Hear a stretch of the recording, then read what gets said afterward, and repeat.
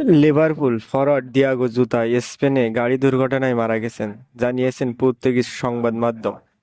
28 বছর বয়সী এই পর্তুগিজ ফুটবলার তার ভাইকে আন্দ্রেকে নিয়ে গাড়ি চালাচ্ছিলেন। গতকাল রাতে নিয়ন্ত্রণ হারিয়ে গাড়িটি রাস্তা থেকে ছিটকে পড়ে। মর্মান্তিক ঘটনাটি ঘটেছে স্পেনের জেমুরা প্রদেশের বান্দো সড়কে। বার্তা সংস্থা রয়টার্স জানিয়েছে, স্থানীয় অগ্নিনির্মাণ কর্মীদের বরাত দিয়ে স্পেনের রাষ্ট্রীয় টিভি চ্যানেলে জুতার মৃত্যুর খবরটি নিশ্চিত করেছে। বিবিসি জানিয়েছে, দুর্ঘটনায় পর্তুগিজ ফরোয়ার্ডের ভাই আন্দ্রে সিলভারও মারা গেছেন। জুতার মতো সিলভাও ছিলেন পর্তুগালের দ্বিতীয় বিভাগের ক্লাব পেনাফিয়েলের খেলতেন।